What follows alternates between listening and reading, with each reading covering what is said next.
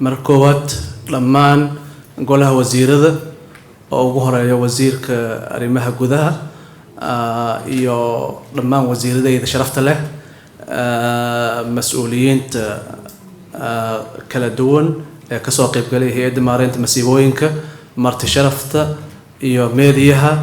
السلام عليكم ورحمة الله تعالى وبركاته.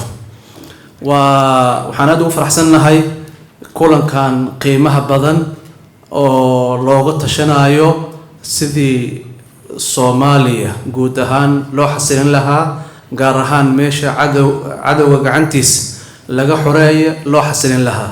Ilaahay jalla wa ala wuxuu yiri ba'da a'uudu billahi minash shaytaanir rajiim alladhiina in makkannahum fil ardi aqaamu as-salaata wa aatawu az-zakaat wa amaruu bil ma'ruuf wa nahaw 'anil munkar walillahi 'aaqibatul umuur.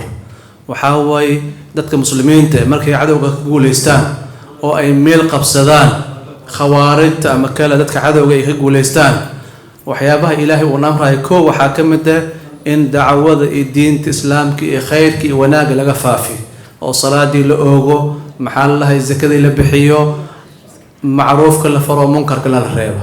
marka in bulshada si hufan looga adeego oo dhan walba adeegi diiniga ahaa iyo kii maadiga ahaaba la wada gaarsiin oo ay dareemaan dawlad ay ku naaloodaan aad ay muhiim u tahay. waxaan aad u bogaadinaynaa xukuumadda dan qaran dadaalada ay hormuudka ka tahay oo ah in bulshada la gaaro oo cadawgan khawaarijta oo dhowr iyo 10 sano ku dhawaad aafeeyay laga xoreeyo.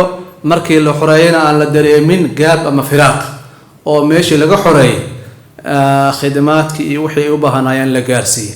marka waxay aad muhiim u tahay sida wasiiradayda saaxiibada ay ka dhawaajiyeen in dhammaan wasaaradaha ayagoo si collective u shaqeynay qof walba meesha kaga aadan oo buuxiyo.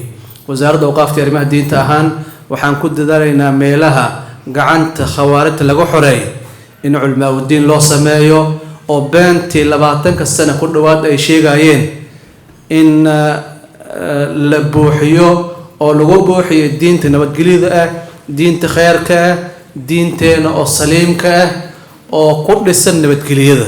islaamka sidiisba nabadgelyo way al-islaam huwa salaam way nabadgelyo way al-islaam way. marka diinka wanaaga oo dhiigga muslimka xaarantanaynaya oo qofka muslimka ah sharafkiisa ilaalinaya in dadkeena shacabkeena dhalinyarada in si gooni loo bara kaalinta wasaaradda awqaafta arrimaha diinta way. insha Allah waxaan ku dadaalaynaa meelahaas gacanta cadawga ka baxay in wasaaradda ay ku sameyso maxaan lahay culmaa u diin oo ilmaam u leh diinta oo dhaqanka wanaagsan iyo dacwada iyo diinta islaamka nashrinaya in loo helo oo masaajidii ay xireen oo ay dumiyeen dib loo furo madaaristi dugsidii quraanki ay maxaan lahay xireen sida oo kale dib loo furo meelaha qaar oo mukhaadaraad iyo wax jinni ay keeneen bulshadii laga wacyi geliyo. marka insha Allah waxaan ku dadaalaynaa hadii ilaaheedma anagoo isku duuban inaan wada shaqeyno oo dawladeena si collective ay bulshada ugu shaqeyso hadii ilaaheedma insha Allah wasaaradda awqaafta arrimaha diintana sidaan ka warhayn dagaalka waxa way mid military iyo mid ideological leh iyo mid dhaqaale way. marka kaalinta ugu muhiimsan ayay kaga jirtaa waana sii wadi doonaa hadii ilaaheedma wasaaradaha oo dhanna waa la wada shaqeyn doonaa insha Allah. marka waxaan ku wada dadaali doonaa hadii ilaaheedma kuwa ka soo laabtana in fikirka meelaha ay ku soo laabtaan aysan ku faafin oo brainwashing lagu sameeyo maskax dhaqan ku sameeyna kuwa meelaha joogana dicaayad raqiiska ay wadaan lagu hortaga. insha Allah wasaaradda mar walba kaalintaas ayay hormuud ka ahaan doontaa.